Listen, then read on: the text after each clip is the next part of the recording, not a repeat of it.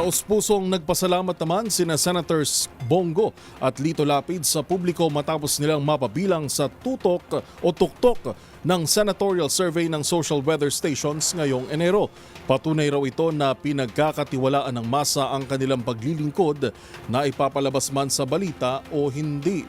Ang kanilang pahayag tinutukan ni Raymond Dadpaas. Laking pasalamat ni Senador Christopher Bongo at Senador Lito Lapid sa pinakauling resulta ng senatorial survey para sa 2025 election.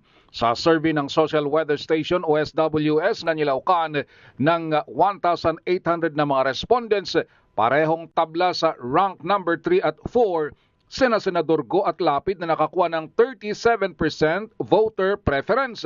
Ayon kay Go, patunay ito na kinikilala ng ating mga kababayan ang kanyang estilo ng serbisyo. Bilang chairman ng Senate Committee on Health ay sinikap umano nitong mailapit sa tao ang serbisyo ng gobyerno. Gaya ng mga malasakit centers, mga itinatayong mga super health centers at pagtatayo ng mga regional specialty centers sa iba't ibang bahagi ng bansa. Dahil din sa kanyang pangangalampag sa PhilHealth o Philippine Health Insurance Corporation ay maraming nabago sa mga polisiya ng ahensya pabor sa mga miyembro, maliban pa sa pagsuporta sa mga sports program ng pamahalaan.